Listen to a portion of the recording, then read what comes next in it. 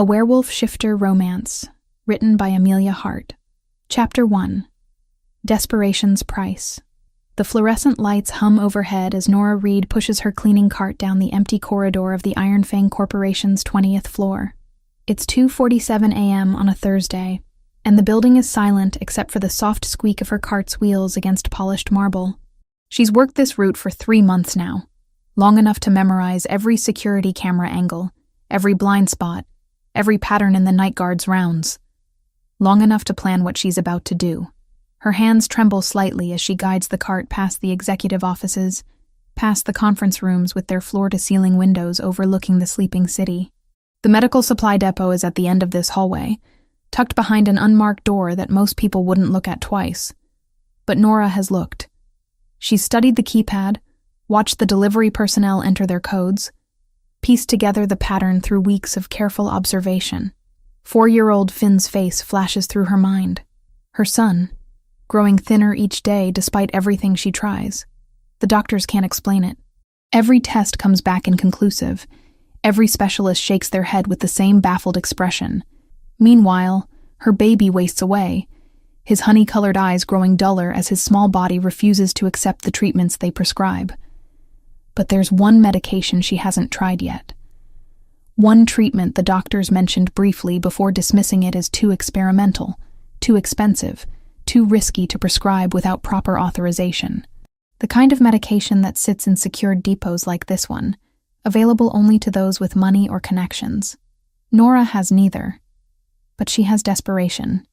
And tonight, that's enough. She stops at the depot door, glancing down the hallway. Empty. The guard won't make his rounds for another 12 minutes. Her fingers hover over the keypad, and for a moment, doubt creeps in. This isn't who she is. She works 2 jobs, follows the rules, teaches Finn about honesty and doing the right thing.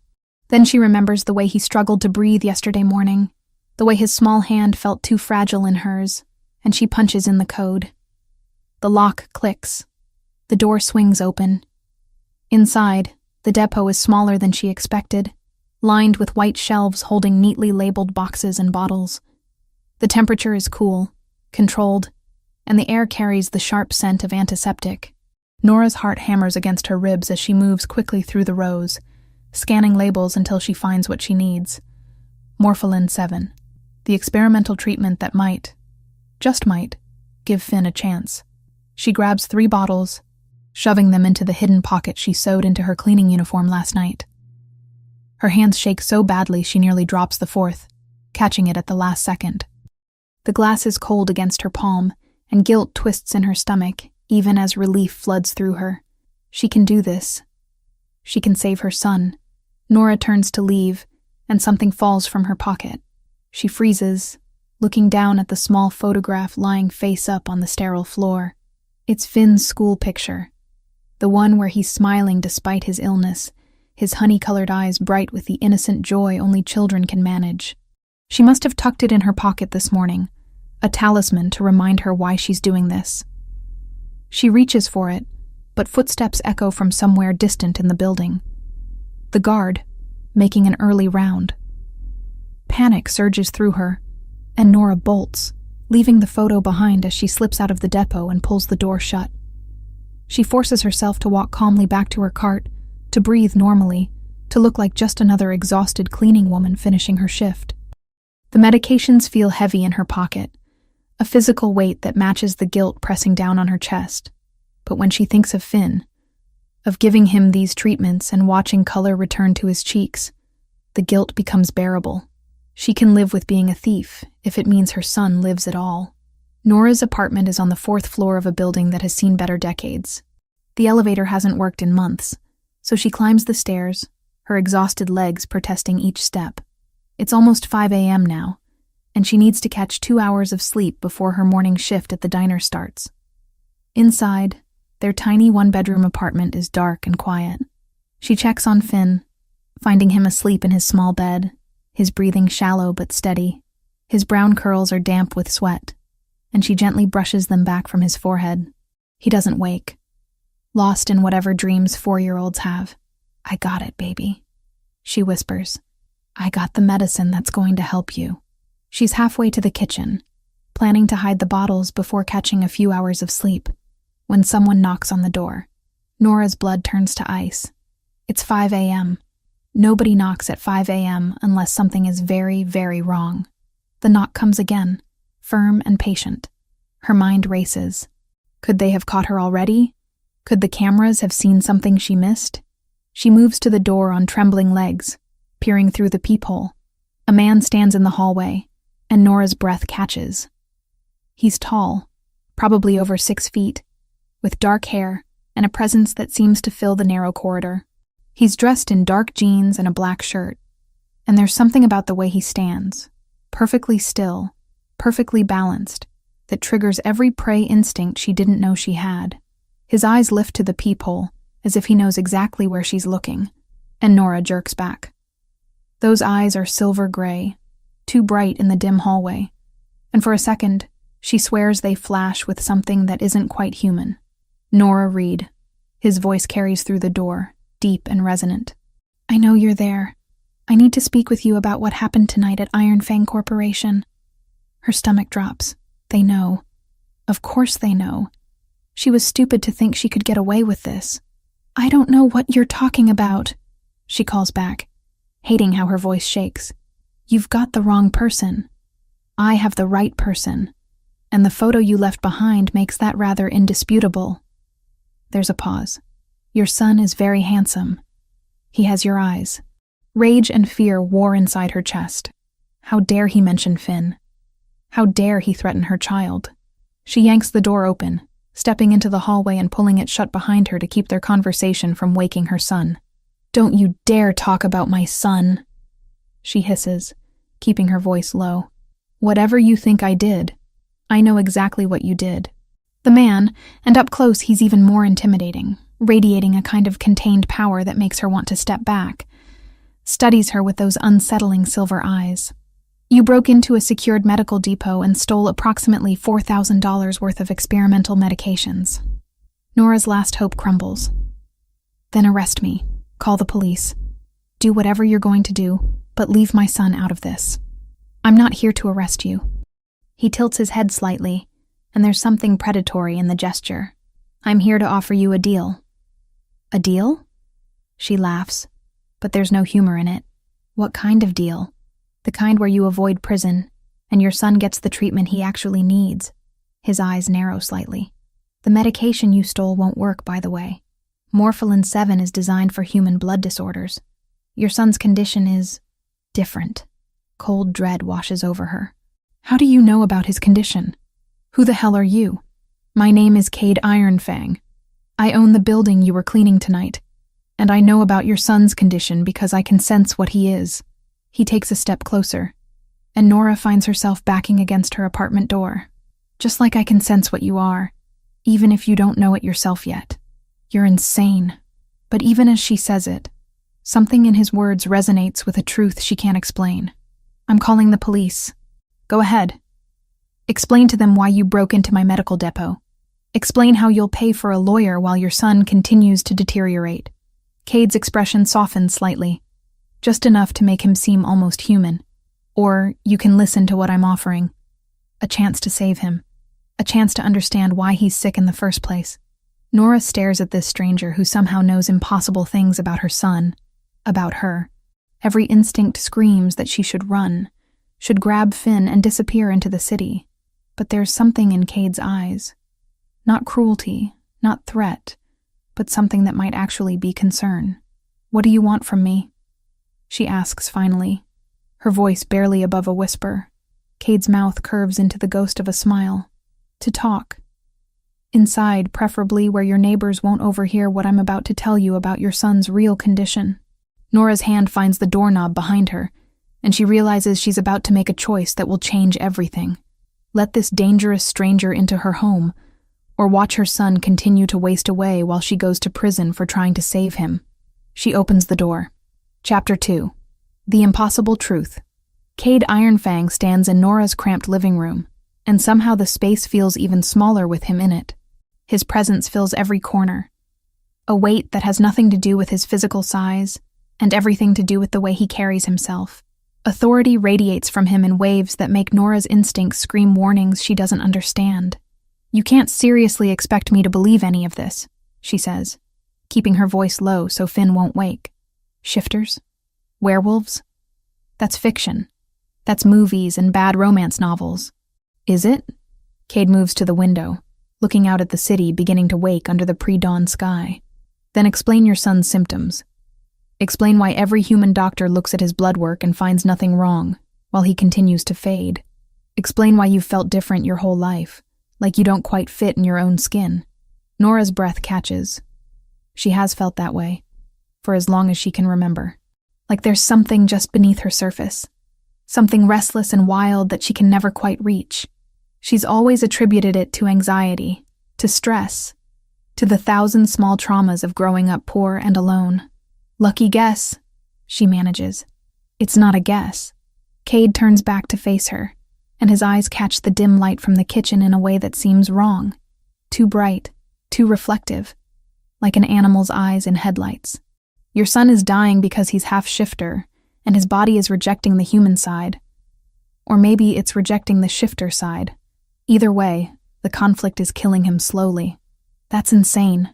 But even as she says it, pieces start clicking together in her mind. The way Finn has always been sensitive to sounds no one else hears. The way he sometimes growls in his sleep, an inhuman sound that no 4-year-old should be able to make. The way dogs either love him instantly or cower away. "I can prove it to you," Cade says quietly. "But once I do, there's no going back.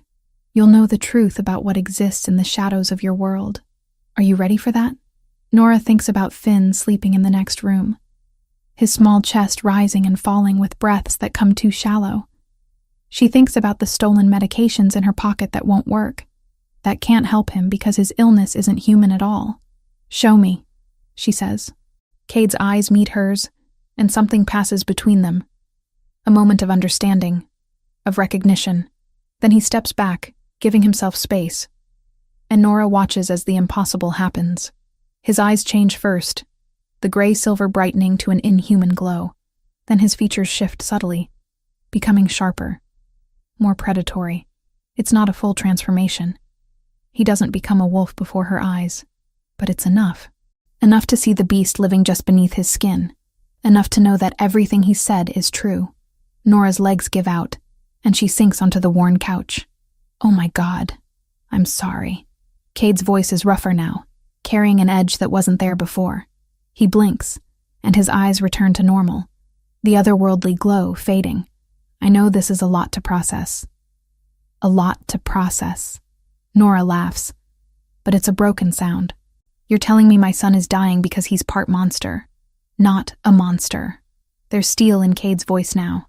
"A shifter. We're not monsters, Nora. We're just different.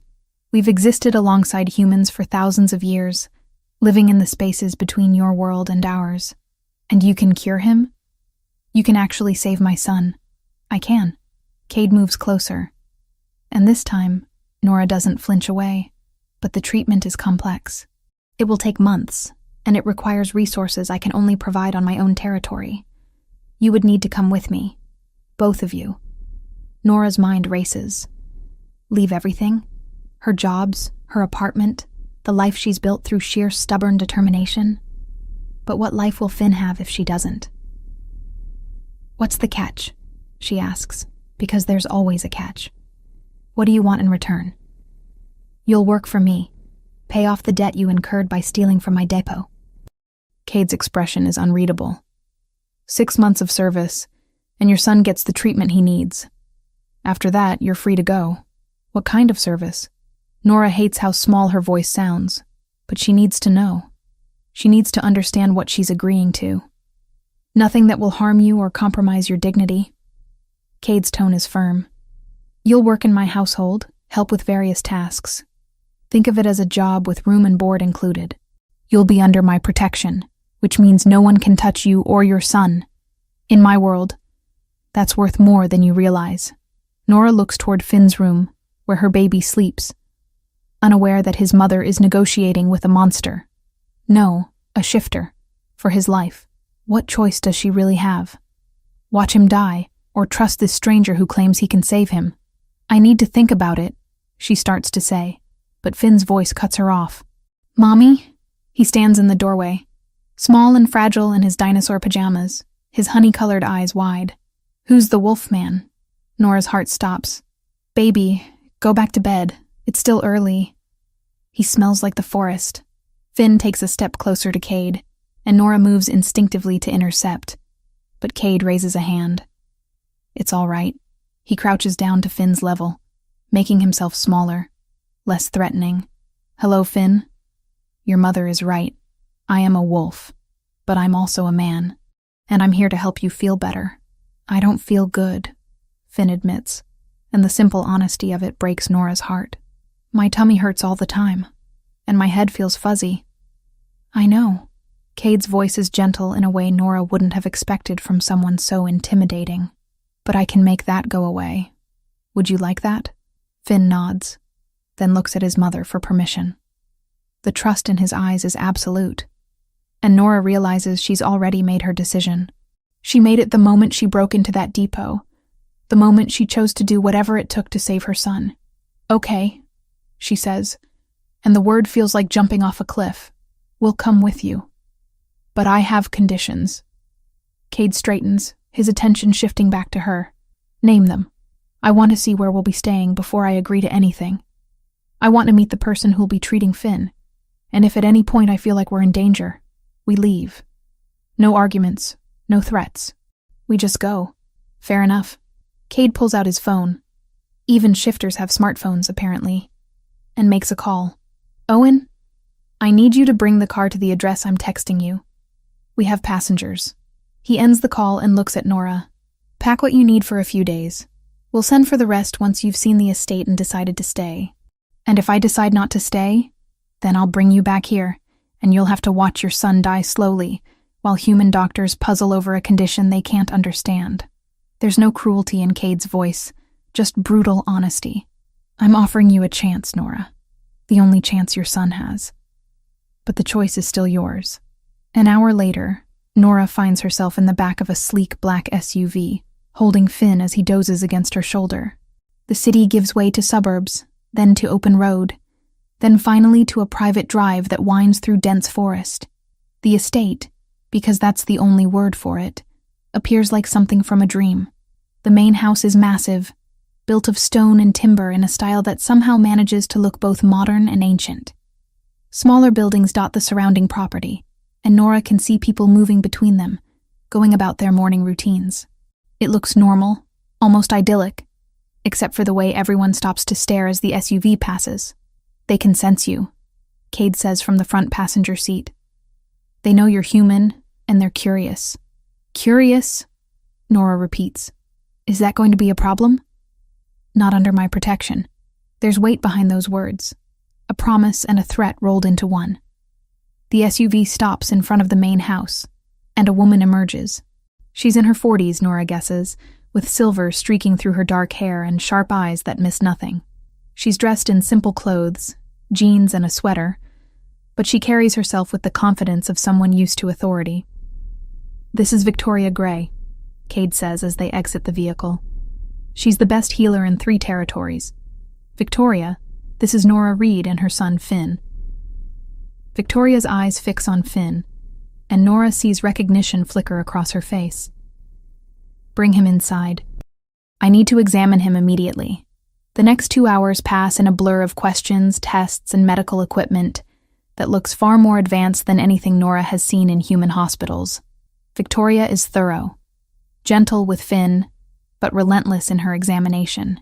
She takes blood samples, checks his reflexes, asks questions about his symptoms and medical history. Finally, she steps back and looks at Nora with an expression that's equal parts concern and fascination. Your son is half shifter, she confirms. His body is trying to manifest abilities it doesn't have the genetic foundation to support. It's like having an immune system that attacks itself. Without intervention, he has perhaps 2 months left. With treatment, I can stabilize him within weeks and fully cure him within 6 months. The room tilts around Nora. 2 months.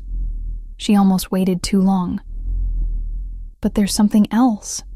Victoria continues, her gaze intensifying. Your blood work shows traces of dormant shifter genetics, very faint, but present. Have you ever been told anything about your parents? Your family history? I grew up in foster care, Nora says, her voice sounding distant to her own ears. I don't know anything about my biological family. Victoria exchanges a look with Cade that Nora can't quite read. I'd like to do some additional testing. With your permission, of course. Will it help Finn? It might help us understand his condition better, yes. Then do it. As Victoria prepares to take another blood sample, Cade's phone buzzes. He steps away to take the call, his voice too low for Nora to hear. When he returns, his expression is carefully neutral. But Nora catches something in his eyes. Curiosity, maybe, or concern. I'm ordering a full background investigation, he tells Victoria. I want to know everything about Nora's family history. Quietly. Understood. Nora wants to protest, wants to demand to know why her past matters, but exhaustion crashes over her. She's been awake for over 24 hours. She's just learned that monsters are real, and her son is part of a world she never knew existed. The questions can wait. There are rooms prepared for you, Cade says, his voice gentler now. Rest. We'll talk more later once you've processed all of this. As a staff member leads them through the massive house to a suite of rooms that's bigger than her entire apartment, Nora catches sight of herself in a mirror. She looks lost, overwhelmed, completely out of her depth. But when she looks at Finn, already perking up slightly after Victoria's initial treatment, she knows she made the right choice. Whatever it costs her, whatever this world holds, she'll face it. For him, she'll face anything. Chapter 3. Territory and Threat. 3 weeks have passed since Nora arrived at the Kingdom Estate, and she's learned that adapting to a world where monsters are real is easier than she expected. Or maybe she's just too exhausted to resist anymore. Finn's transformation has been remarkable. The treatments Victoria administers twice daily have brought color back to his cheeks, energy to his small body. He runs through the estate grounds now, laughing in ways Nora thought she'd never hear again. Yesterday, she watched him play with other children, shifter children, and felt her heart expand with gratitude, even as fear whispered warnings about how different he is, how different she is. Nora herself works from dawn until evening, paying off her debt in whatever ways Cade's household requires. Some days she helps in the kitchens, learning to prepare meals for a community of 200 shifters. Other days she works in the administrative offices, filing reports and organizing documents that reference things like territorial boundaries and pack hierarchies. The work isn't difficult, but it's constant, and it keeps her too busy to dwell on how completely her life has changed. The nights are hers, though, and she spends them in the estate's library, devouring books about shifter history and law. She needs to understand this world, needs to know the rules that govern these creatures who can kill with their bare hands, but choose to live by codes older than human civilization. The books are fascinating and terrifying in equal measure, full of customs that seem both barbaric and oddly noble. Tonight she's reading about the Council of Alphas, the governing body that oversees all shifter territories in North America, when Owen finds her curled up in one of the leather chairs. Still studying? He asks, his tone gentle but amused. Owen has been kind to her these past weeks, explaining things when she's confused, never making her feel stupid for not knowing what everyone else considers basic knowledge. I'm trying to understand the difference between territorial law and pack law, Nora admits, gesturing at the heavy tome in her lap. They seem to contradict each other sometimes. That's because they do. Owen settles into the chair across from her, his red hair catching the lamplight. Territorial law governs interactions between packs. Pack law governs behavior within a pack.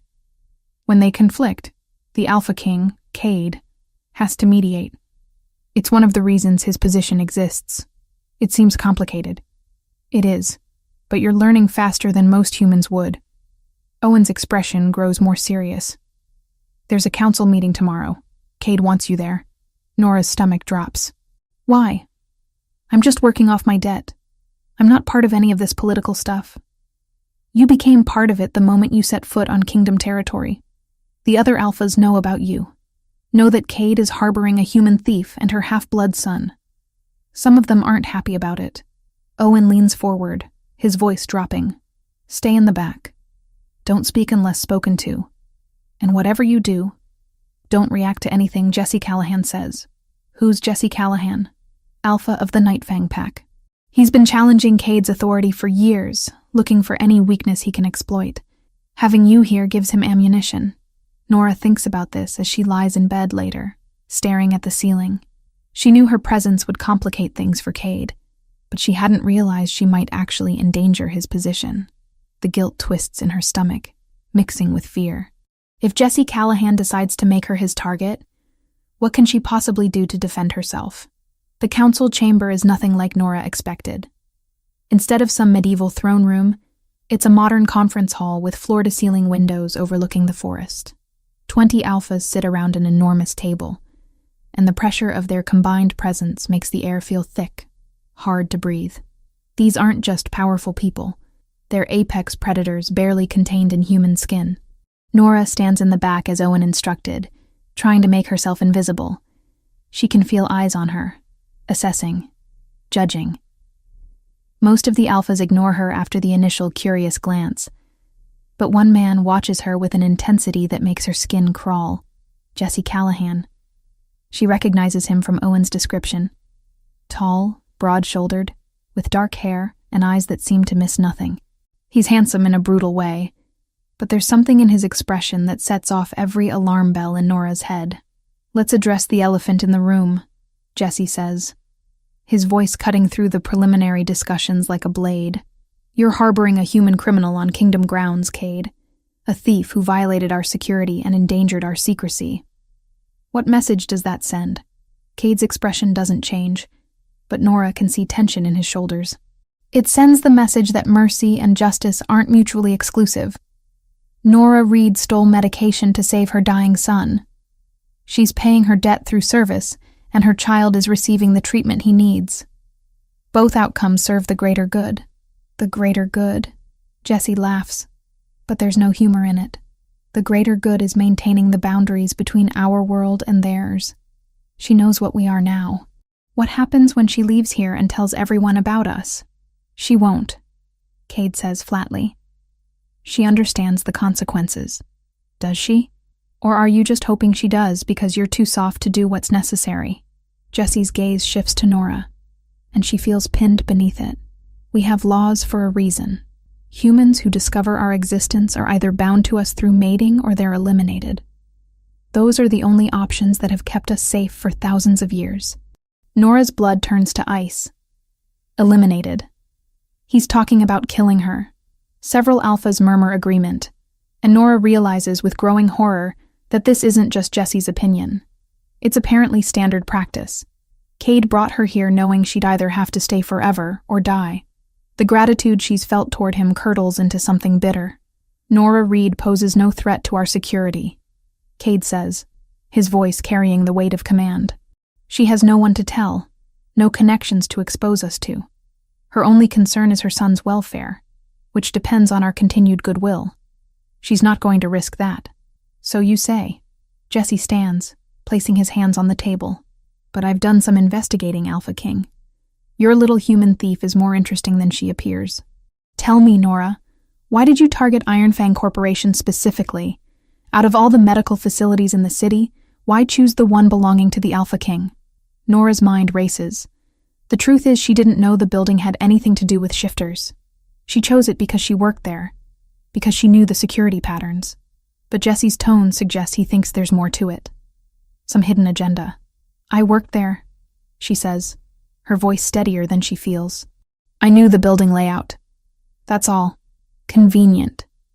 Jesse's smile is cold. Or perhaps someone told you what to look for. Perhaps you're not acting alone. That's ridiculous, Nora says, anger overriding caution. I'm a single mother who was trying to save her son. There's no conspiracy, no grand plan. I'm sorry if that's too boring for whatever paranoid fantasy you're constructing. The room goes very quiet. Owen makes a small sound that might be a groan. Several alphas lean back in their chairs, watching with increased interest. Jesse's expression darkens. You dare speak to me that way, human? I dare speak the truth. Nora steps forward, her hands clenched at her sides.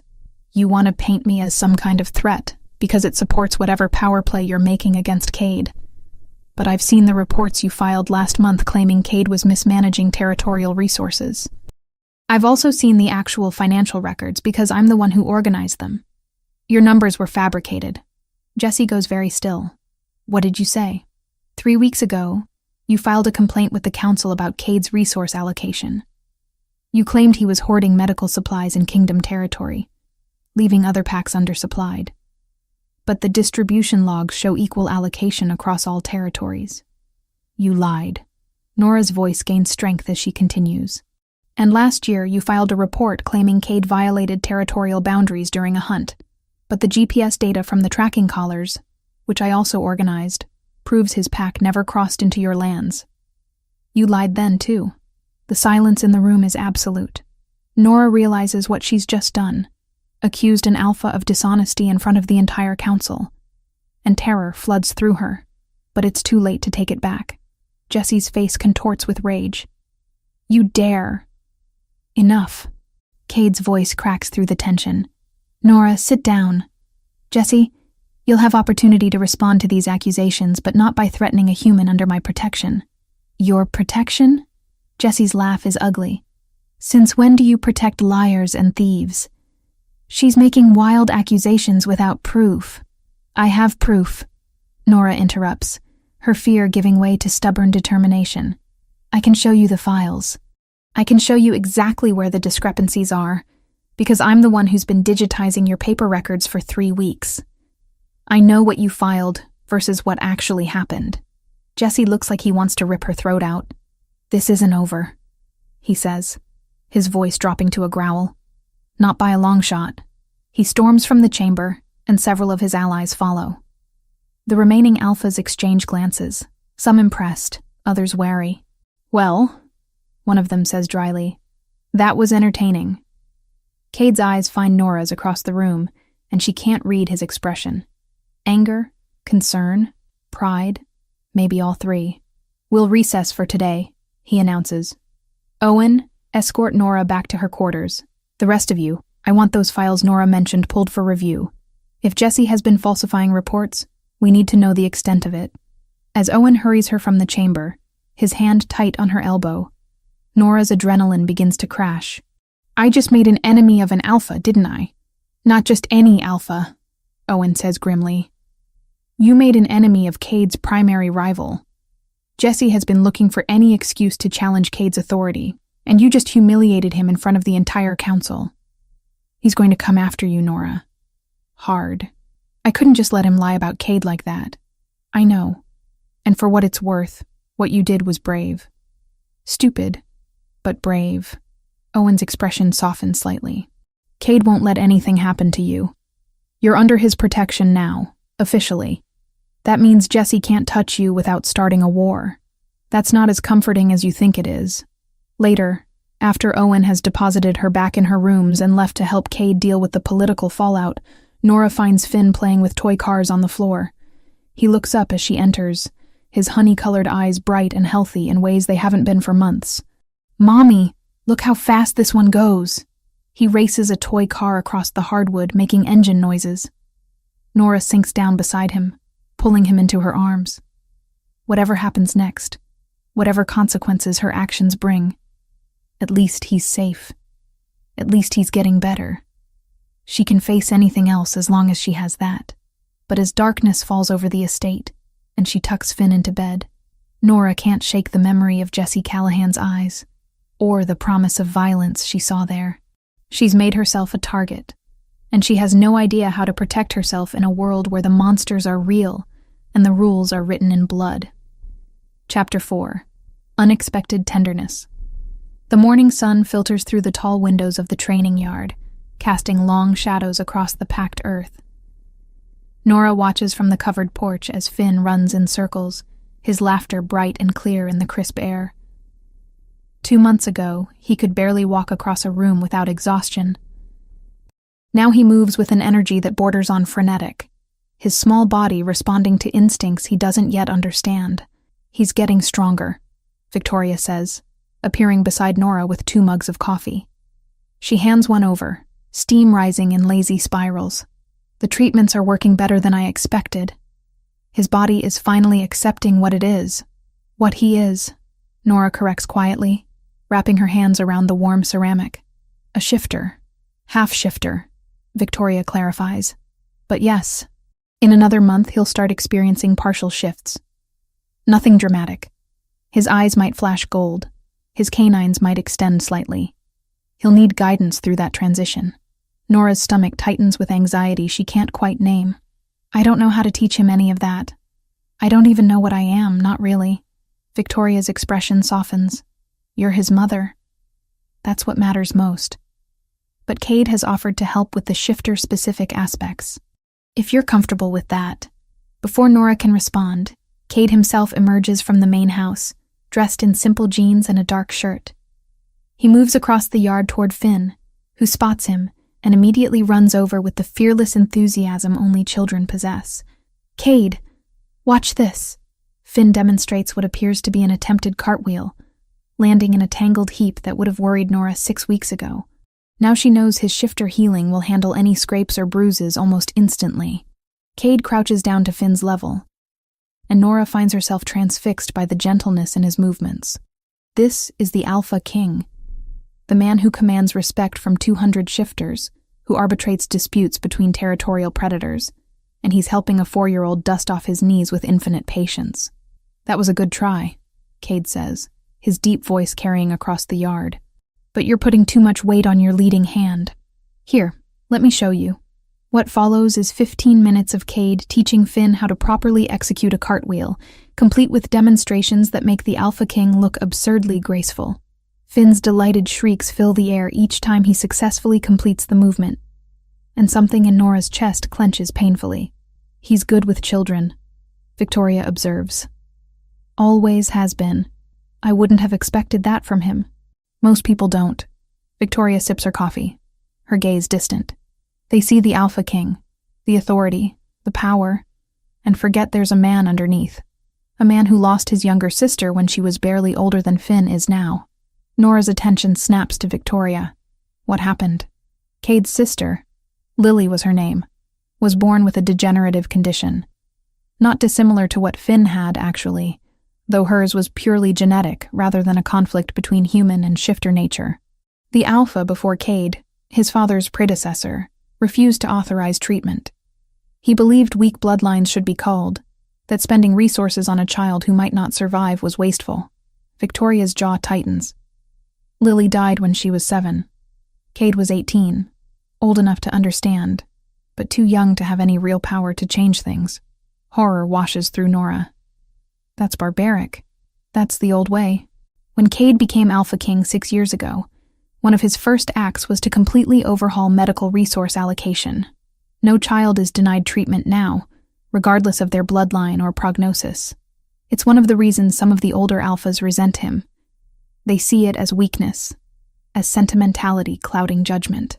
Nora watches Cade lift Finn onto his shoulders, the boy's hands tangled in his dark hair as they walk toward the tree line. He's not weak. No. Victoria agrees. He's not. But in our world, compassion is often mistaken for weakness. It's a dangerous perception for a leader to carry. The conversation stays with Nora throughout the day as she works in the administrative offices, filing reports, and organizing the endless paperwork that apparently even supernatural beings generate. She finds herself distracted, her mind wandering to Cade and Finn, exploring the forest together, to the way Cade's expression softened when he looked at her son. By evening, when she finally makes her way back to their quarters, she finds Finn already in his pajamas, chattering excitedly to Owen about everything he saw in the woods. And then Cade showed me how to find North using the moss on trees. And we saw deer, and he said maybe next time I can try tracking them, and Finn finally notices his mother. Mommy, we found a waterfall. That sounds amazing, baby. Nora ruffles his curls, then looks at Owen.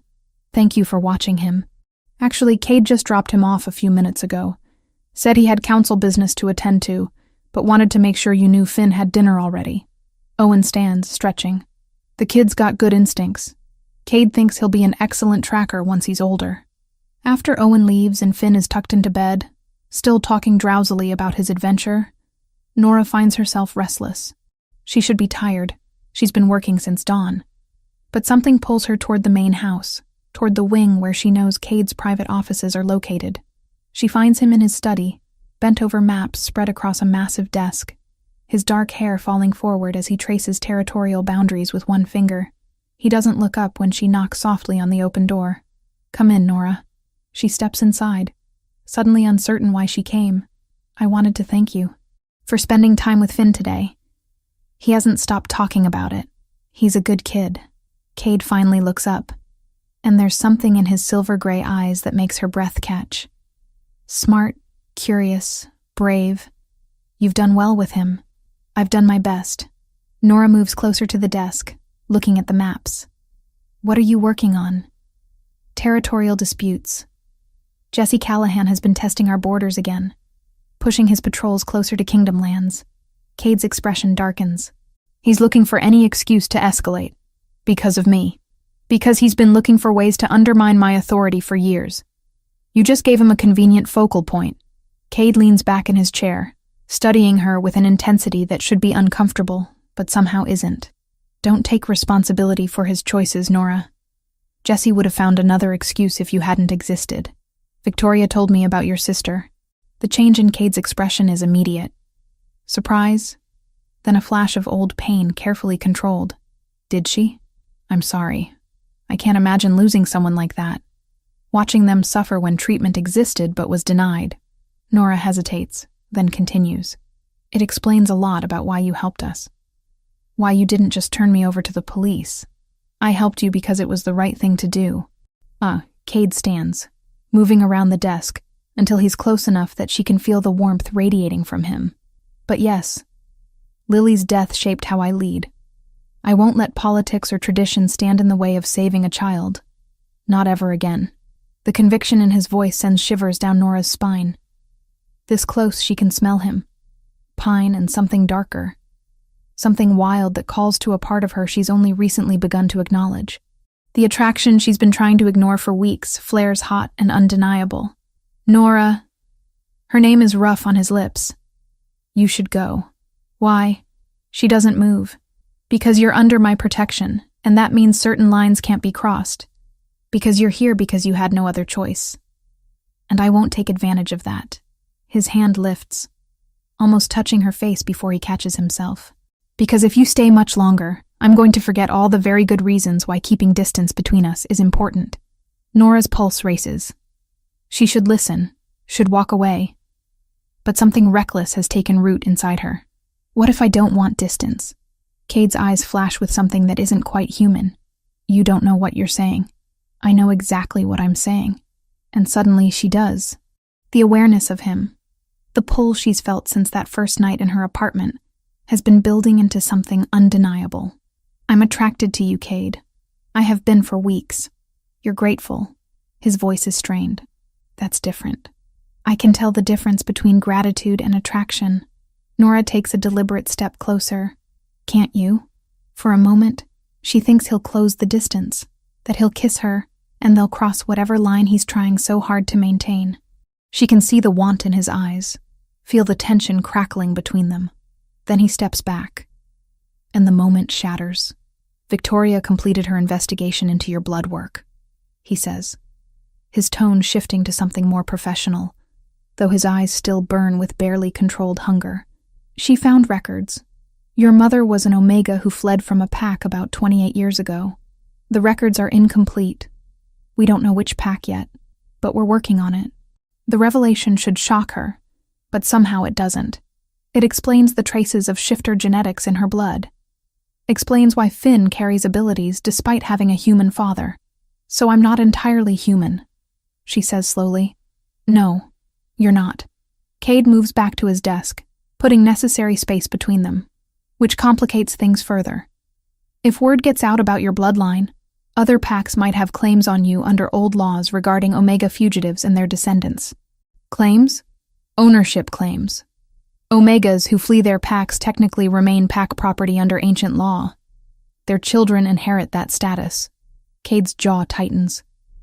It's an archaic, barbaric practice that I've been trying to eliminate, but change is slow.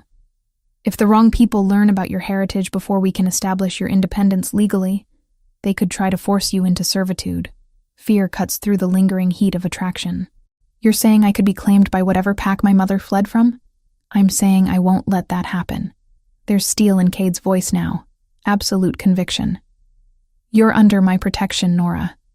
That supersedes any historical claims.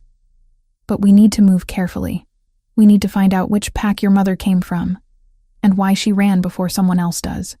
Nora sinks into one of the leather chairs facing his desk, her mind racing. Every answer seems to come with 10 new questions, and she's not sure she wants to know what other secrets her bloodline holds.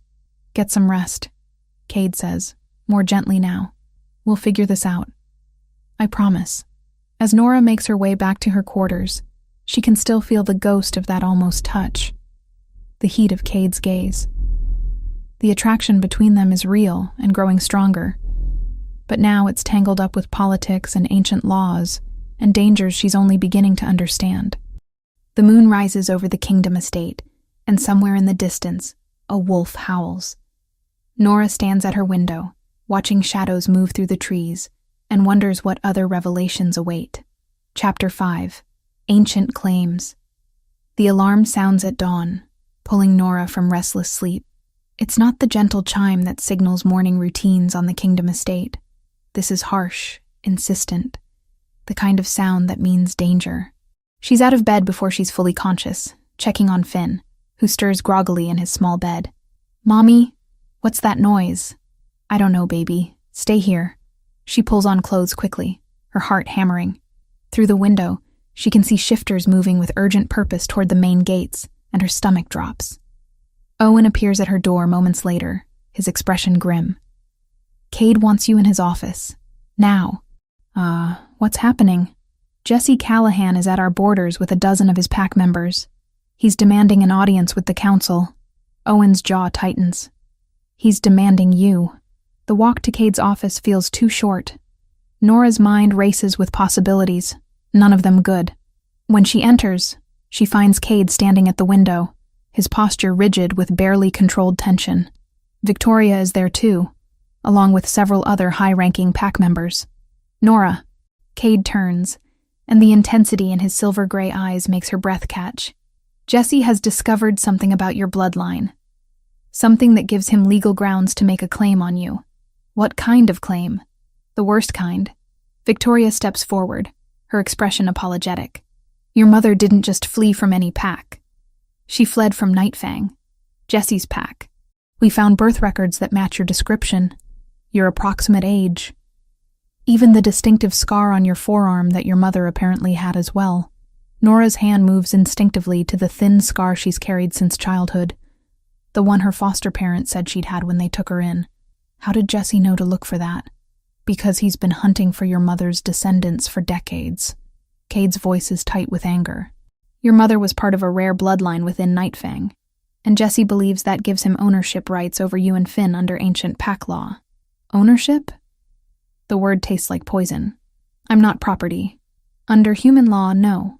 Under shifter law. Victoria hesitates. It's complicated. The laws regarding Omega fugitives and their descendants are ancient and problematic. Cade has been working to eliminate them, but they're still technically valid in certain circumstances. So what does that mean? Nora looks between them, fear clawing at her throat. He can just take us? Over my dead body. Cade's voice carries absolute conviction. You're under kingdom protection. That supersedes any historical claims from another pack. But Jesse is demanding a council hearing, and I can't refuse without looking like I'm abusing my authority. When? This afternoon. He's invoked emergency protocol. Cade moves closer, and Nora can feel the heat of his barely contained fury. I need you to trust me, Nora. Whatever happens in that hearing, whatever Jesse says, I will not let him take you or Finn. Do you understand? She wants to believe him, but the fear is overwhelming. What if the council sides with him? Then we'll find another way. The council chamber feels different this time, charged with tension that makes the air thick and hard to breathe.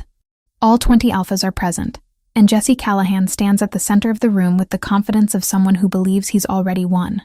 Nora stands beside Cade, acutely aware of every eye on her. Finn is safe with trusted pack members, far from whatever is about to unfold. "Let's begin," announces Elder Thorne, the oldest alpha present.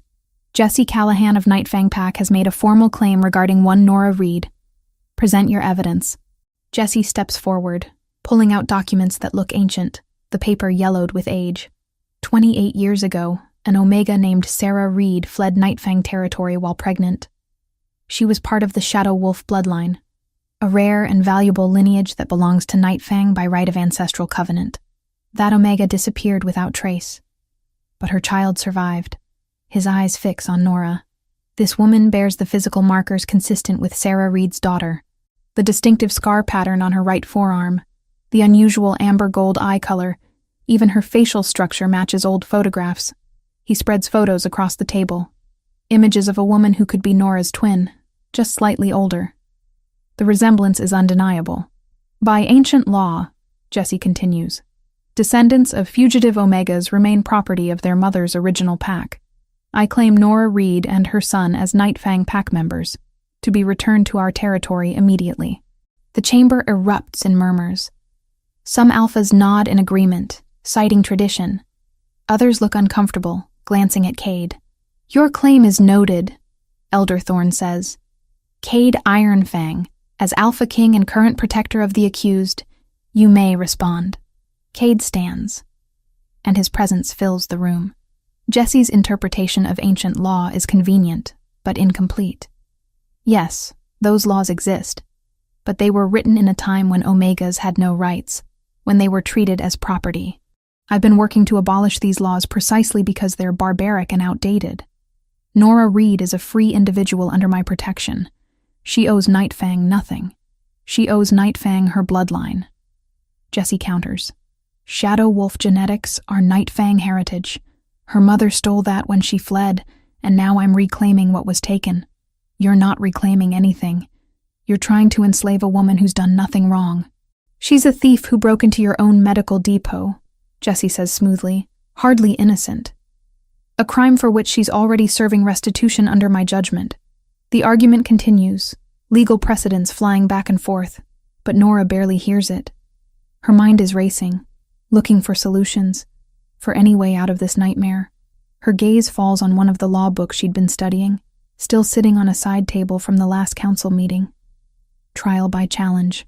The ancient right that allows any shifter to contest claims against them through physical combat. She'd read about it extensively, fascinated by the brutal simplicity of it. There's another option. Her voice cuts through the argument, surprising everyone, including herself. Jesse's eyes narrow. The human speaks? I invoke trial by challenge. The words feel strange on her tongue, formal and weighted with significance she's only beginning to understand. If Jesse Callahan believes he has a valid claim on me, let him prove it in combat. If he wins, I'll accept his authority. If I win, his claim is void forever. The chamber goes silent. Several alphas lean forward with interest. You can't be serious, Owen hisses from behind her. Nora, you don't know what you're doing. I know exactly what I'm doing. She meets Jesse's gaze steadily. I read the laws. This is my right as someone with shifter blood, isn't it? Elder Thorne strokes his beard. It is, though rarely invoked by those of partial blood. Jesse Callahan, do you accept this challenge? Jesse's smile is cold. Gladly, though it seems cruel to fight someone so clearly outmatched. She can barely shift, from what I understand. Then you should have no problem winning. Nora forces confidence into her voice she doesn't feel. 1 week from today. That's the traditional preparation time, correct? Correct. Elder Thorne looks to Cade. You understand you cannot interfere once the challenge is accepted? Ancient law forbids any outside help during the trial period. Cade's jaw is so tight Nora can see the muscle jumping. I understand. Then it's settled. Elder Thorne strikes his gavel. 7 days from now at dawn, Nora Reed will face Jesse Callahan in trial by challenge. The winner's claim stands absolute. As the council disperses, Jesse passes close to Nora on his way out. You just made a fatal mistake, he murmurs. I don't need to kidnap you now. I just need to wait 7 days and take you legally after I rip your throat out. We'll see." After he's gone, Cade rounds on her, fury and fear warring in his expression. "What were you thinking? He's a full alpha, Nora. He's been fighting his entire life. You can't even fully shift yet." "I was thinking that I'm not going to be property. Not his. Not anyone's." Nora's hands are shaking, but her voice stays steady. "You said yourself you can't let the council think you're abusing your authority. This way, it's my choice. My fight. It's suicide. Then teach me." She steps closer, looking up at him. "You said you couldn't interfere once the challenge was accepted. But until then, I'm still under your protection. Still learning about what I am. Teach me, Cade. Give me a chance." Owen speaks up quietly. She's right. The law says no interference during the trial itself, but preparation is fair game. Cade stares at Nora for a long moment, 100 emotions flickering across his face. Finally, he nods. 7 days, he says grimly. 7 days to unlock abilities you should have had your whole life, to teach you to fight like a shifter, to somehow make you strong enough to survive against one of the most vicious alphas in the territory. His hand cups her face, thumb brushing her cheekbone. "You better be ready to work harder than you've ever worked in your life." "I am." "Good. Because we start now." As Cade leads her from the chamber, Nora catches Victoria's expression. Concern mixed with something that might be respect. She's just committed to fighting a predator in single combat, gambling her life and Finn's freedom on her ability to access powers she's only recently learned she possesses. 7 days to become something she's never been. 7 days to learn to be a wolf instead of prey. 7 days to discover if her mother's bloodline carries enough strength to keep her alive. The sun is setting over Kingdom territory, painting the sky in shades of blood and fire. Somewhere in the distance, a wolf howls, and Nora feels something answer in her chest. Faint but undeniable, the first stirring of the beast that sleeps in her bones. She has 7 days to wake it up. Chapter 6. Shadow and Fire. Day 3 of training, and Nora's body feels like it's tearing itself apart from the inside. She kneels in the dirt of the private training grounds, gasping for breath as another wave of pain crashes through her.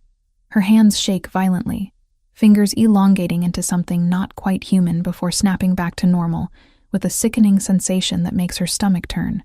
Breathe through it. Cade's voice is steady, but she can hear the strain underneath. "Don't fight the shift. Let it happen." "I can't." The words come out broken. "It hurts too much." "I know." He crouches beside her, close enough that she can feel his warmth, but not touching. 3 days of this torture, and he hasn't touched her once during the shifts, as if afraid physical contact might make things worse. Your body is trying to access abilities it's never used. It's like forcing a muscle that's been dormant your entire life to suddenly carry weight. But you're getting closer. I can feel it. Nora looks at her hands, watching her nails darken and sharpen before returning to normal. The partial shifts have been happening more frequently over the past 72 hours. Flashes of gold in her eyes when she's angry, her canines extending when she's frightened, claws erupting from her fingertips during moments of extreme stress. Each time the pain is excruciating, and each time she can't sustain it for more than a few seconds. "Jesse is going to kill me," she says flatly. "Not if we unlock your full shift first." Cade stands, offering his hand. "Again. This time think about Finn. Think about what you're protecting." Nora takes his hand, and electricity shoots through her at the contact. Over 3 days of intensive training, something has shifted between them. The attraction that's been simmering since she arrived has intensified into something that feels dangerous and inevitable. She catches him watching her when he thinks she's not looking, sees the hunger in his eyes before he locks it away behind alpha authority. She feels it too. The pull toward him that has nothing to do with gratitude and everything to do with the way her body responds to his presence, the way something inside her recognizes him on a level that transcends logic. "Ready?" he asks. She nods, releasing his hand and stepping back. Closing her eyes, Nora focuses on Finn's face, on the memory of him struggling to breathe, on the fear that Jesse will take him. Rage builds in her chest, hot and wild, and she reaches for it, pulls it closer. The shift begins. Her bones start to reshape, muscles tearing and reforming. Her vision sharpens, colors becoming more vivid. She can smell everything. The earth beneath her feet, the trees surrounding them. Cade's scent of pine, and something uniquely him that makes her want to move closer. Then the pain hits. A white-hot agony that steals her breath. Her body convulses, caught between human and wolf, neither one nor the other. A scream tears from her throat as her spine tries to realign itself, as her face begins to elongate before snapping back. "Hold it," Cade urges. "Just a few more seconds." But she can't. The shift collapses, leaving her gasping and human on the ground. Blood trickles from her nose, and her entire body trembles with exhaustion. Cade is beside her instantly, his hands finally making contact, gentle on her shoulders. "That was better. You held it almost 15 seconds that time. 15 seconds won't be enough. It's progress."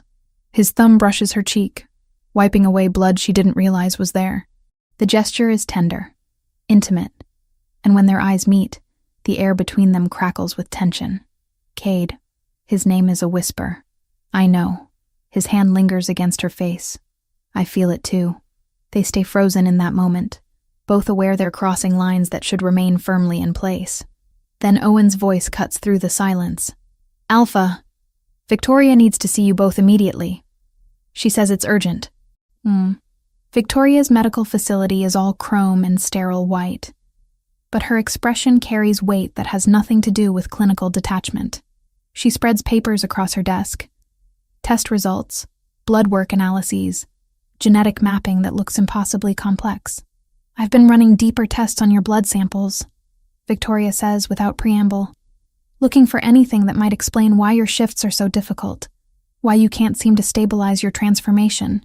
And," Nora grips the edge of the desk, "you're not just descended from an Omega bloodline. You're Shadow Wolf." Victoria's voice carries awe and concern in equal measure. One of the rarest shifter lineages in existence. Most people believe they're extinct. Cade goes very still beside her. "Are you certain?" "Completely. The genetic markers are unmistakable once you know what to look for. Shadow wolves possess an ability no other shifter can replicate. They can mask their presence entirely. Scent, sound, even their physical forms can become nearly invisible when they choose." Victoria looks at Nora. "That's why your shifts are so painful. You're not just trying to become a wolf. You're trying to access abilities that require an entirely different level of control." "Shadow wolves," Nora repeats, the words feeling strange. What else can they do? They're natural spies and infiltrators. In ancient times, they were sought after by every pack for espionage and assassination work.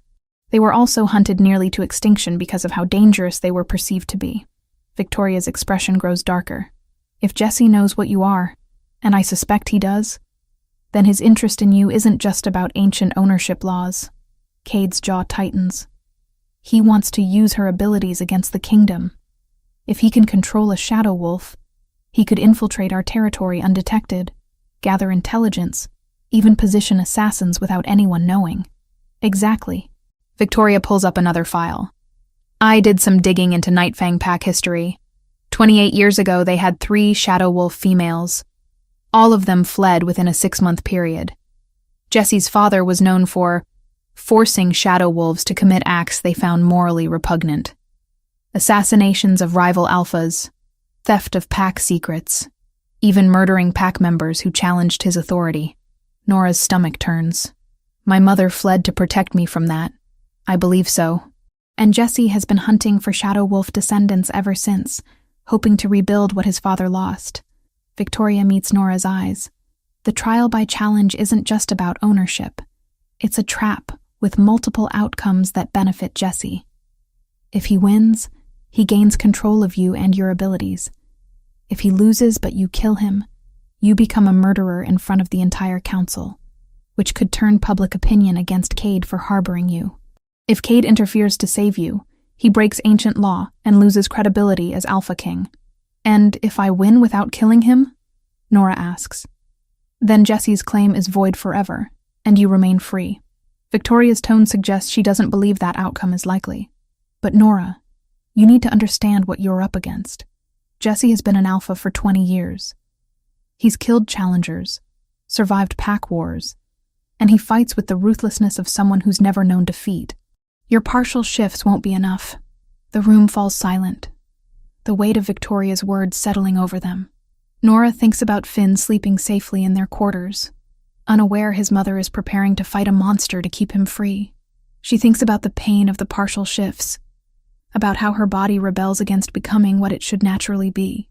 There has to be a way to accelerate the process, Cade says finally. Some way to push through her body's resistance. Victoria hesitates. There is one method, but it's dangerous and incredibly painful. Tell me. Forced transformation through the mate bond. Victoria's gaze moves between them. If a potential mate's presence can trigger protective instincts strong enough, it can override the body's natural resistance to shifting. But it requires emotional vulnerability, requires lowering every defense. And the process, she trails off. It could kill her if her body isn't ready. Nora's heart pounds. What do you mean, mate bond? Cade's silence speaks volumes. When she turns to look at him, she sees confirmation in his eyes. He's known. Maybe not consciously at first, but he's known. You feel it, Victoria says gently. Both of you have felt it growing stronger. The recognition, the pull toward each other, the way your bodies respond when you're near. That's a mate bond forming. It's rare between an alpha and someone of mixed blood, but with Shadow Wolf genetics.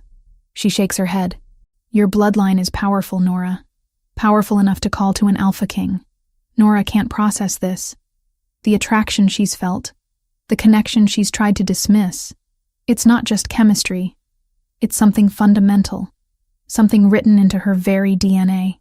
I can't ask you to do this, Cade says, his voice rough. The mate bond isn't something to manipulate for tactical advantage. It's what we have, Nora interrupts. 4 days until the trial, and I can barely hold a partial shift for 20 seconds. If this is our best option, then we take it. You don't understand what you're agreeing to.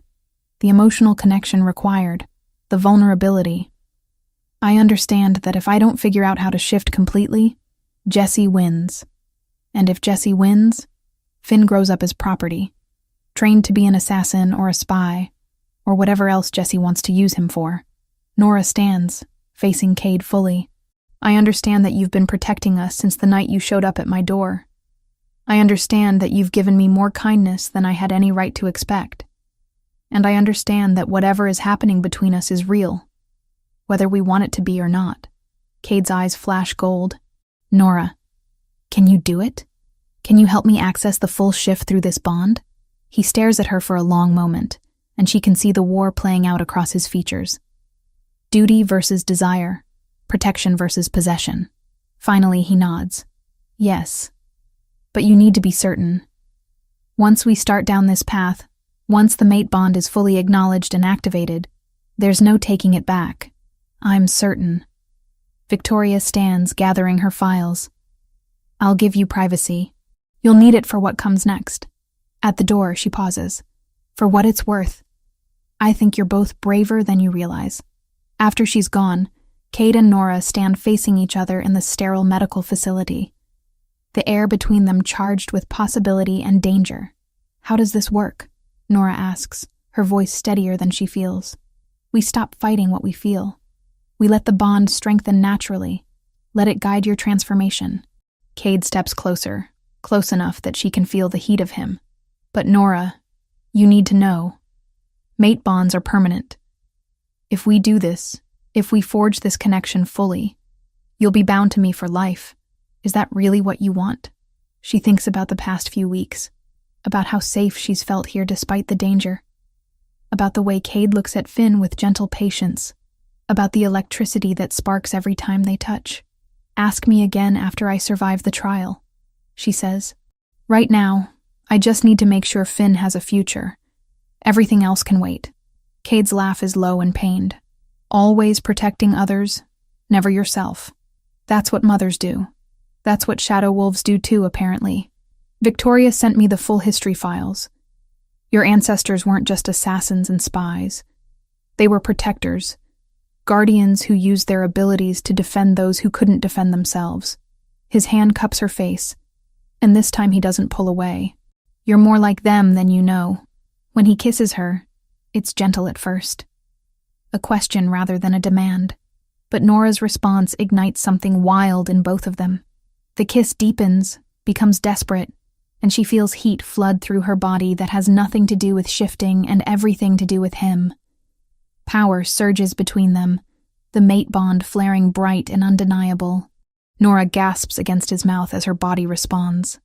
Her wolf rising closer to the surface than it's ever been. Her vision sharpens, her hearing intensifies, and for just a moment, she feels what it's like to be whole. Then the pain hits, and Cade holds her as her body convulses with another partial shift. But this time, when she comes back to herself, something has changed. The bond between them pulses strong and steady, a golden thread connecting her heart to his. 4 days, she whispers against his chest. We have 4 days to make this work. Then we'd better not waste them. Outside Victoria's facility, the moon rises full and bright over Kingdom territory. Somewhere in the forest, wolves run free, and Nora can almost imagine what it will feel like to join them. Almost imagine becoming the predator instead of the prey. 4 days until she faces Jesse Callahan in combat. 4 days to unlock abilities that have been dormant her entire life. 4 days to discover if a mate bond can be the key to survival. The shadow and the fire intertwined. It's either salvation or destruction. She's about to find out which. Chapter 7, Blood and Shadow. Dawn breaks cold and pale over the Kingdom estate. Nora stands at the window of her quarters, watching the arena being prepared below. Wooden barriers have been erected, creating a circular space where dozens of alphas already gather, their breaths misting in the morning air. This is it. 7 days of brutal training, of partial shifts that tore her apart and barely stitched her back together, all leading to this moment. Mommy? Finn's small voice makes her turn. He stands in his pajamas, his honey-colored eyes, so much like hers, wide with concern. Are you leaving? Just for a little while, baby. She kneels, pulling him close. His heartbeat is steady and strong now, so different from the fragile flutter it used to be. Whatever happens today, at least she gave him this. Health. A future. I'll be back soon, I promise. Owen says you're going to fight a bad wolf. Finn's lower lip trembles. What if he hurts you? Then I'll hurt him back. She tries to smile, but it feels wrong on her face. Remember what Cade taught you about being brave? Sometimes being brave means fighting for the people you love. I love you, Mommy. I love you too, Finn. More than anything. She kisses his forehead, breathing in his scent, committing it to memory, just in case. Owen arrives to take Finn somewhere safe, somewhere he won't have to watch his mother possibly die. As they leave, Cade appears in the doorway. He's dressed simply. Dark jeans, a black shirt, but there's something in his posture that speaks of barely controlled violence. How are you feeling? He asks. Terrified. The truth comes easily now. 7 days of forced vulnerability through the mate bond has stripped away her ability to lie to him. I can feel the shift closer now, but I don't know if I can hold it long enough. What if I freeze? What if the pain... You won't freeze. Cade crosses the room, cupping her face in his hands. You're the strongest person I've ever met, Nora. You stole from me to save your son. You stood up to Jesse in front of the entire council. You've endured pain that would have broken most shifters and kept pushing forward. You won't freeze. The mate bond pulses between them, warm and steady. It's grown stronger over the past week, fed by stolen moments of connection. His hands teaching hers how to fight, their bodies learning each other's rhythms, their wolves recognizing what their human halves were afraid to admit. If I don't make it, don't. His voice cracks. Don't say it. If I don't make it, she continues firmly. Promise me you'll protect Finn. Promise me he'll grow up free. That he'll never be what Jesse wanted to make him. I promise. Cade's forehead rests against hers. But you're going to make it. You're going to walk out of that arena, and then we're going to figure out what comes next. Together. When he kisses her, it's desperate and tender. A goodbye that neither of them wants to say. The mate bond flares bright, and Nora feels her wolf stir in response, closer to the surface than it's ever been. "It's time," Owen calls from the doorway. The arena is packed. Every alpha from the council is present, along with their senior pack members. Nora spots Victoria in the crowd, her expression carefully neutral. Owen stands near Cade, who's positioned himself where ancient law demands. Close enough to witness, but far enough to prove he won't interfere. Jesse Callahan waits in the center of the arena, already in wolf form. He's massive, his dark brown fur rippling over muscles honed by decades of combat. His eyes are cold and calculating as they track Nora's approach. This is a predator who's killed before, who knows exactly how to end a life efficiently. Nora steps through the barrier, and the crowd's murmur dies. She's dressed in simple clothes that will tear easily when she shifts, if she shifts. The morning air is cold against her skin, and she can smell everything with her enhanced senses. Blood from old fights soaked into the dirt. Jesse's confidence, Cade's barely controlled fear. Elder Thorne steps forward to recite the ancient words that bind them to this trial. Nora barely hears him. Her entire focus is on Jesse, on the way he moves, on calculating angles and distances like Cade taught her. She reaches for her wolf, feeling it coiled inside her, waiting. "Begin," Elder Thorne declares. Jesse doesn't waste time on posturing. He lunges, a blur of fur and fangs that covers the distance between them in seconds. Nora dodges, but his claws catch her shoulder, tearing through fabric and skin. Pain explodes through her, and blood flows hot down her arm. The crowd gasps. First blood to Jesse. He circles her, teeth bared in what might be a wolf's version of a smile. He's playing with her, she realizes, demonstrating to everyone watching just how outmatched she is, how foolish her challenge was. Nora reaches for the shift. Her bones begin to reshape, her vision sharpening. But the pain hits like it always does, stealing her breath, and the transformation stutters. She's caught in that agonizing space between human and wolf. Neither one nor the other. Jesse strikes again.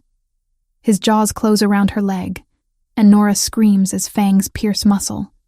He shakes his head viciously, the way wolves do when killing prey, and she feels bones crack. The shift collapses entirely, leaving her human and bleeding in the dirt. "Get up!" someone shouts. Owen, maybe, or Victoria. But the words sound distant, muffled. Jesse releases her leg, circling again. He's taking his time, making this last. Humiliating her before he kills her.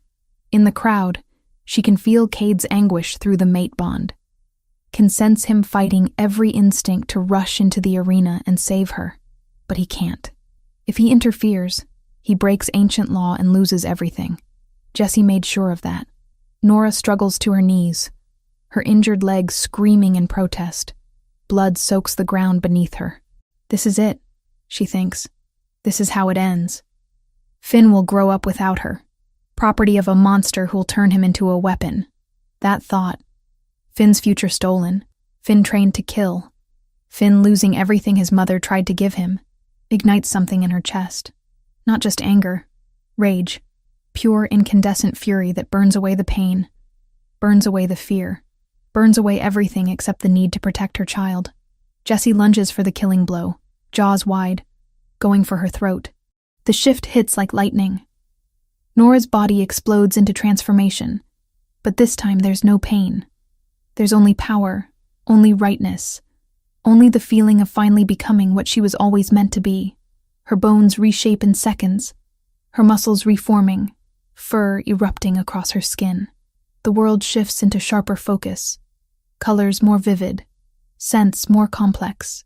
She meets Jesse mid-lunge as a wolf, but not just any wolf. Her fur is midnight black, marked with silver patterns that seem to shimmer in the morning light. She's smaller than Jesse, built for speed rather than power. But there's something in her presence that makes the watching alphas go silent. Shadow Wolf, the legends made flesh. Jesse's confidence wavers. She can smell it on him, the first hint of fear.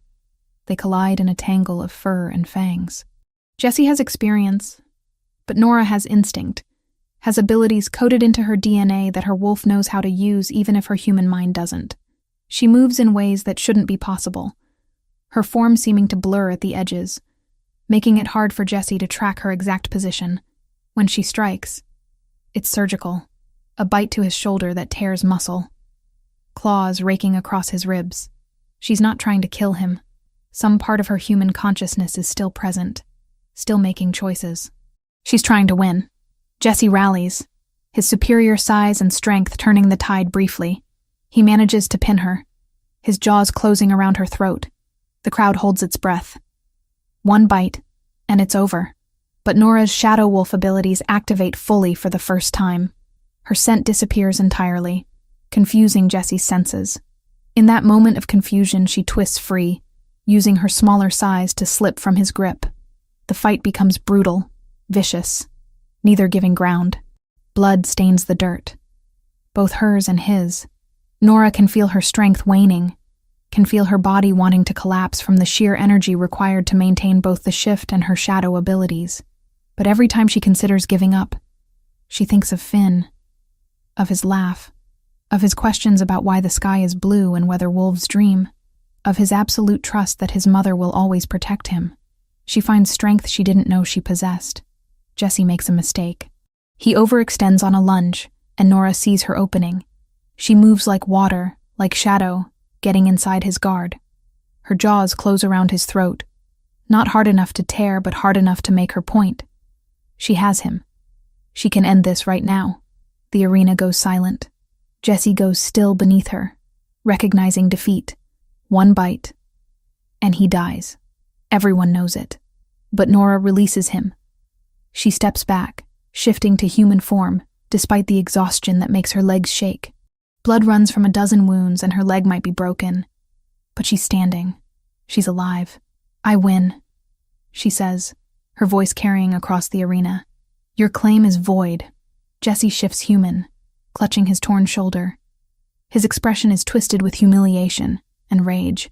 For a moment, Nora thinks he might attack again, might refuse to honor the trial's outcome. Then something in him breaks. Maybe it's the defeat, or maybe it's the weight of decades of plots finally collapsing. You want to know why I really wanted you? His laugh is bitter. The shadow wolf abilities were valuable, yes, but the real plan was simpler. I needed you to infiltrate Kingdom territory, to use your abilities to position assassins. I was going to force you to kill Cade, or watch your son die slowly. He looks at Cade now, his smile vicious. But I had a backup plan too. I gambled that the great Alpha King would break his own laws to save his precious human. If you'd interfered, Cade, I'd have had grounds to challenge your authority. Either way, I won. Or I should have. The watching alphas erupt in outrage. Several move toward Jesse, but Elder Thorn raises his hand. Jesse Callahan, you have admitted to plotting the assassination of the Alpha King and attempting to manipulate sacred trial laws for personal gain. His voice carries judgment. You are stripped of your Alpha status effective immediately and banished from all Pack territories. The Council will appoint new leadership for Nightfang Pack. Jesse's face goes white. For an Alpha, losing their position is worse than death. He's lost everything. Power, Pack, purpose. As guards move to escort him from the arena, Jesse's eyes meet Nora's one last time. She sees hatred there, but also something that might be grudging respect. She beat him. A half-blood who could barely shift a week ago beat a 20-year veteran Alpha in single combat. Nora's legs finally give out. She collapses, but Cade is there before she hits the ground. Ancient law be damned now that the trial is complete. His arms wrap around her, and she can feel his relief through the mate bond, so intense it nearly overwhelms her.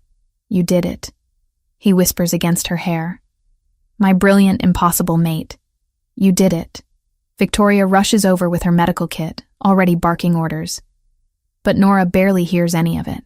Her body is shutting down from exhaustion and blood loss, her consciousness flickering. The last thing she sees before darkness takes her is Finn breaking free from Owen's grip and running toward her, his small face streaked with tears but lit with joy. He's safe. He's free. She did it. Chapter 8. Choice and Freedom. Nora wakes to sunlight streaming through unfamiliar windows and the steady beep of medical equipment. Her body feels like it's been torn apart and stitched back together, which, she supposes, isn't far from the truth. Every muscle aches, and her left leg throbs beneath layers of bandages. "You're awake." Cade's voice draws her attention. He sits in a chair beside the bed, looking exhausted. Dark circles shadow his silver-gray eyes, and his usually neat hair is disheveled. "You've been unconscious for 2 days." 2 days? Nora tries to sit up, but pain lances through her ribs. "Finn is fine. He's been here every day, but Owen took him for breakfast an hour ago. He wanted to be here when you woke up, but I didn't know when that would be." Cade moves closer, his hand finding hers on the blanket. "Victoria says you'll heal completely. The shifter healing is finally working properly now that you've achieved your first full transformation." Memories flood back. The arena, Jessie's confidence, the moment her wolf finally emerged fully, the feeling of power, of rightness, of becoming what she was always meant to be. "I won," she says, and it's still hard to believe. "You did more than win. You showed the entire council what shadow wolves are capable of. You showed them mercy when you could have killed Jessie." Cade's expression is proud, and something deeper. The council has been in session almost constantly since the trial. A lot has changed in 2 days. What kind of changes? The laws regarding Omega fugitives and their descendants have been abolished. Unanimous vote. No one can ever claim ownership of you or Finn again, no matter what pack your mother fled from. Cade's thumb traces patterns on the back of her hand. They've also voted to modernize several other ancient laws that treat certain shifters as property. Your trial became a catalyst for reform that I've been pushing for years. Relief washes through Nora so intensely it brings tears to her eyes. We're really free? Completely. Legally recognized as independent shifters under kingdom protection. Cade pauses. "There's more. The council wants to formally acknowledge your bloodline. Shadow wolves were nearly driven to extinction because people feared them. But you've shown that fear was misplaced. They want to extend an official apology to your mother's line and offer reparations." "Reparations?" Nora laughs, but it hurts her ribs. "What does that even mean?" "Territory, if you want it. Resources to rebuild shadow wolf knowledge and traditions. Recognition as a distinct bloodline with full rights within shifter society." Cade's gaze intensifies. "They're offering you a position on the council itself, Nora. A seat at the table where decisions are made." The magnitude of this hits her. Weeks ago, she was a struggling single mother who didn't even know shifters existed. Now she's being offered political power in a world she's barely begun to understand. "I don't know if I'm ready for that. You don't have to decide now. The offer stands whenever you want to accept it." Cade's expression shifts to something more vulnerable. "But there's something else we need to discuss. The mate bond." Nora's breath catches. The bond still pulses between them, warm and steady. But in her exhausted state, she hasn't had time to process what it means. "During the trial preparation, we activated the mate bond to help you access your shift. It worked, obviously, but Nora, you need to understand what that means." Cade's voice is careful, measured. "Mate bonds are permanent. Once fully formed, they don't break. You'll always feel me, always be drawn to me, and I'll always feel you. It's not something that can be undone." "I know." And she does. The reading she did in those early weeks included information about mate bonds, about how rare and precious they are. "I also need you to know that you have a choice." Cade's words come faster now, like he's afraid if he doesn't say them quickly, he won't say them at all. "The bond exists, but how we handle it is up to you. You came here because you had no other options. You stayed because your son needed treatment. You fought Jessie because you were trapped by ancient laws. I won't add another cage by demanding you accept me as your mate." Nora stares at him, at this powerful alpha king who's offering her freedom even though it clearly costs him. "What do you want?" "I want you to choose me because you want to. Not because biology or circumstance forced you to." His voice drops lower. "I want you to stay here. To build a life with me and Finn. To become my Luna and my partner in every sense. But only if that's what you want too. And if I say no?" Pain flickers across his features, but his voice stays steady. "Then we figure out how to coexist with the bond." I'll never force you, Nora. Never use my position or the bond to take away your choice. You've had too many people try to control you already. The door bursts open, and Finn rushes in, Owen trailing behind with an apologetic expression. Mommy, you're awake. Hey, baby. Nora opens her arms, and Finn carefully climbs onto the bed, mindful of her injuries. I missed you. I was so scared. His small body trembles. But Cade said you were really brave and that you won, and now the bad wolf can't ever hurt us. That's right. We're safe now. Both of us. Finn looks between his mother and Cade, and there's a wisdom in his 4-year-old eyes that seems too old for his age. Are you going to be sad if we leave? Cade's expression carefully neutral. I'd miss you both very much. But your mother gets to decide where you live and what's best for you. I like it here, Finn announces. I have friends, and Victoria lets me help in the medical place, and Cade teaches me stuff about wolves. Can we stay, Mommy? Please? Nora looks at her son, at the health and happiness radiating from him. Such a stark contrast to the sick child she was so desperate to save just months ago. Then she looks at Cade, at the man who's shown her more genuine care and respect than anyone in her life. The mate bond pulses between them, but that's not what makes her decision. It's the memory of Cade teaching Finn to do cartwheels, the way he's fought to change unjust laws, the patience he showed during her training. It's the fact that he's offering her choice when he could demand compliance. I spent my whole life being defined by what I had to do to survive, Nora says slowly. Working jobs I hated because I needed money. Stealing because I needed medicine. Always reacting, never choosing. For once, I want to do something because I want to, not because I have to. Cade's expression is carefully guarded, braced for rejection. I want to stay. The words come out clear and certain. Not because of the mate bond. Not because Finn is happy here. Not because I owe you. I want to stay because when I think about my future, you're in it. Because I've fallen in love with you somewhere between the terror and the training and the impossible situations you kept pulling me through. The tension in Cade's shoulders releases. You're sure? I've never been more sure of anything. Nora reaches for his hand, and when their fingers intertwine, the mate bond flares bright and warm. Ask me properly. A smile breaks across Cade's face, transforming him from intimidating alpha king to just a man in love. He kneels beside the bed, careful not to jostle her injuries, and takes both her hands in his. Nora Reed, will you be my mate? Will you stand beside me as my equal, my partner, my Luna? Will you help me lead this territory and raise Finn and build something neither of us could create alone? Yes. The word feels like flying. To all of it, yes. When Cade kisses her, gentle and reverent, Finn makes exaggerated gagging sounds that break the moment into laughter. Owen, still standing in the doorway, is grinning. I'll inform the council, he says. They'll want to schedule the formal recognition ceremony. 3 weeks later, Nora stands before the assembled council, wearing ceremonial robes that Victoria insisted were traditional for Luna recognition ceremonies. Finn sits in the front row beside Owen, practically vibrating with excitement.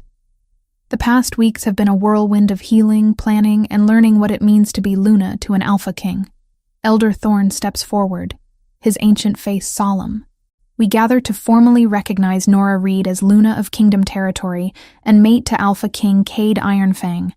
This recognition is unprecedented. Never before has a Luna earned her position through combat, through demonstration of abilities rather than birth. He turns to address the assembled alphas. This woman came to us as a thief, desperate and powerless. She could have been executed under old laws, dismissed as insignificant under ancient traditions.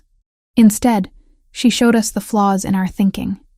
She survived impossible odds, accessed abilities we thought extinct, and showed mercy when she could have claimed vengeance.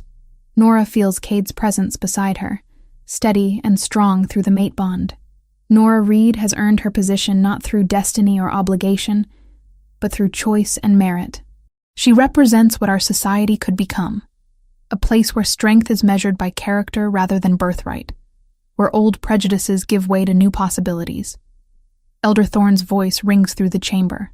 Does any alpha present challenge her right to stand as Luna? The silence is absolute. Even the alphas who initially opposed her presence bow their heads in acknowledgement. Then, by the authority vested in me by the Council of Alphas, I recognize Nora Reed as Luna of Kingdom Territory. May her leadership be wise, her justice fair, and her protection absolute. Elder Thorn places a silver circlet on her head, not a crown, but a symbol of her position. Rise, Luna Nora, and take your place. Cade takes her hand, and together they face the council. The mate bond between them pulses with shared emotion. Pride, love, hope for what they'll build together. Finn's voice cuts through the formal moment. "That's my mom," he shouts, making several alphas smile despite the ceremony's solemnity. Later, after the formal proceedings have ended and the celebration has begun, Nora finds a quiet moment on the balcony overlooking Kingdom Territory. The estate spreads below her, alive with activity. Shifters move between buildings, children play in the commons, and in the distance, wolves run free in the forest. Having second thoughts? Cade joins her, wrapping his arms around her waist. No, just thinking about how much has changed. Nora leans back against him. Months ago, I was breaking into your medical depot, terrified and desperate. Now I'm Luna of the entire Kingdom Territory. It doesn't seem real. You earned every bit of it. You fought for it, bled for it, proved yourself worthy of it. Cade's breath is warm against her ear. I'm proud of you, Nora. Not just as your mate, but as someone who's watched you discover your strength. I couldn't have done it without you. You could have, but I'm grateful you didn't have to. He turns her to face him, ready for what comes next. Nora thinks about the responsibilities awaiting her, the council seat she's decided to accept, the work of helping other shadow wolves who might still be hiding in fear. She thinks about Finn growing up strong and free, about building a life with Cade, about finally having the family she's always wanted, more than ready. The sun sets over Kingdom Territory, painting the sky in shades of gold and crimson. Inside the estate, music and laughter spill from the celebration. Finn is probably teaching other children the cartwheel technique Cade showed him. Victoria is likely ensuring everyone eats enough. Owen is undoubtedly coordinating everything with his usual efficiency. This is home now. Not because she had no other choice, but because she chose it. Because she fought for the right to choose and won. Nora Reed came to Kingdom Territory as a thief and a desperate mother. She became Luna through blood, determination, and the discovery of abilities she never knew she possessed. But most importantly, she became free. Free to choose her path, free to love without obligation, free to build a future on her own terms. The shadow wolf who spent her life in hiding has finally stepped into the light. And the light, she discovers, is exactly where she belongs.